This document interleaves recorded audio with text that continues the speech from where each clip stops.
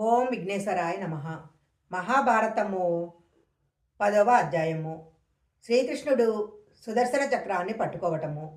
అర్జునుడు తన ఎదుటికి రాగానే భీష్ముడు అర్జునునికి రథానికి కట్టిన హయాల మీద, అర్జునుని మీద, శ్రీకృష్ణుని మీద శరాలు సంధించాడు. తన మీద బాణాలు వేసిన భీష్ముని మీద శ్రీకృష్ణుడు ఆగ్రహించాడు. అది చూసిన అర్జునుడు భీష్మునిపై ఒకే ఒక బాణం సంధించి అతని విల్లును విరిచాడు. భీష్ముడు మరొక విల్లు అందుకున్నాడు. అర్జునుడు దానిని కూడా విరిచాడు. భీష్ముడు మరొక విల్లు అందుకొని కృష్ణార్జునుల మీద శరవర్షం కురిపించి నొప్పించాడు. కృష్ణుడు చిత్ర విచిత్రమైన రీతులతో రథాన్ని నడుపుతూ భీష్ముడి బాణాల బారి నుంచి అర్జునుడిని తప్పిస్తూ వచ్చాడు. అర్జునుడు కూడా భీష్మునిపై క్రూరమైన బాణాలు విడిచాడు. శ్రీకృష్ణుడు బాగా అలసిపోయాడు.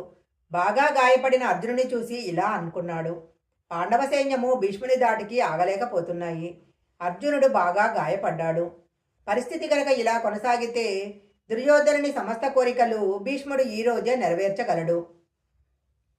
కేకయ రాజులు, పాంచాలురు, యాదవులు పారిపోతున్నారు. కౌరవసేనలు ఉన్మాదంతో ఊగిపోతున్నారు. ఇక ఉపేక్షించి లాభం లేదు. భీష్ముని వధించి ధర్మతనయుని గెలిపిస్తాను అనుకున్నాడు. ఇంతలో భీష్ముడు అర్జునునిపై శరవర్షం కురిపించాడు. అర్జునుడు శరసంధానం చెయ్యలేకపోతున్నాడు. ఇది గమనించిన కృపాచార్యుడు అశ్వత్థామ, భూరిశ్రవుడు, సైంధవుడు, వికర్ణుడు ఒక్కసారిగా అర్జునుని వైపు తమ రథాలను మర్చారు. సాత్యకి తన గదబలాన్ని అర్జునుడికి సహాయంగా నిలిపాడు. సాత్యకి పాండవసేనలను చూసి, ఎందుకు పారిపోతున్నారు? మీరు పలికిన పలుకులు మరిచారా? భీష్ముడు మననేమీ చెయ్యలేడు. శ్రీకృష్ణుడు సాత్యకి, పోయే పిరిగివారిని ఎందుకు ఆపుతావు? ఈ రోజు నేను భీష్ముని చంపి ద్రోణుని పడతాను. కౌరవ సైన్యాలను నాశనం చేసి ఈ 4 సముద్రాల నడుమ ఉన్న రాజ్యమంతా పాండుతనయునకు కట్టబెడతాను అని పలికి సుదర్శన చక్రాన్ని మనసును తలచిన వెంటనే శ్రీకృష్ణుని చేతిలో సుదర్శన చక్రం ప్రత్యక్షమైంది. పగ్గాలను నొగ్గల మీద పెట్టి కట్టుపంచ జారుతున్న లక్ష్యపెట్టక కోపంతో రగిలిపోతూ భీష్మునిపైకి లంఘించాడు. కౌరవసేనలో నిశ్చేష్టులే చూస్తూ ఊరుకుంటున్నారు.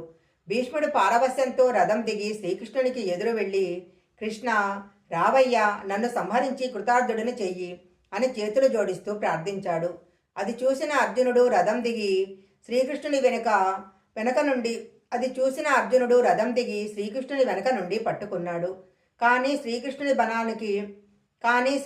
బలానికి ఆగలేక చతికిలబడి తిరిగి లేచి శ్రీకృష్ణుని గట్టిగా పట్టుకొని, కృష్ణ, నీ కోపం వదులు. పాండవులకు నువ్వే దిక్కు. నువ్వే ఇలా అధైర్యపడి అలిగిన పాండుపుత్రులు, అందున ధర్మతనయుని ధైర్యము, పరాక్రమము ఏం కావాలి? శాంతించవయ్యా. నీ సహాయంతో కౌరవసేనను రూపమవుతాను.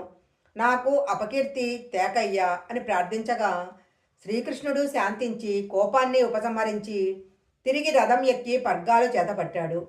కృష్ణార్జునుడు పాంచజన్య దేవదత్తాలను పూరించారు. కృష్ణార్జునుల శంకారావం విన్న భీష్ముడు, భూరిశ్రవుడు, శల్యుడు, దుర్యోధనుడు ఒక్కసారిగా అర్జునుని పైన శక్తి, గద, తోమరాలు ప్రయోగించారు. అర్జునుడు వాటినన్నిటినీ ఒక్కసారిగా తుంచి వారిపై ఇంద్రాస్త్రాన్ని ప్రయోగించాడు.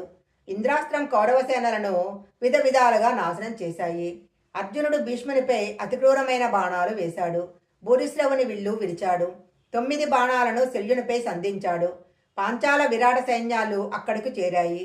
అర్జునుని పరాక్రమం చూసి కౌరవసేన బెదిరిపోయింది. కౌరవులందరూ కలిసి అర్జునుని రథాన్ని చుట్టుముట్టారు. ఇంద్రాస్త్ర ప్రభావానికి కౌరవసేనలు చాపచుట్టల్లా పడిపోతున్నాయి. హయాలు, రథాలు, ఏనుగులు కూలిపోతున్నాయి. ఆయుధములు, చామరాలు, కేతనాలు తుక్కుతుక్కైపోయినాయి. కృష్ణార్జునులు పాంచజన్య దేవదత్తాలు పూరించి సింహనాదం చేశారు.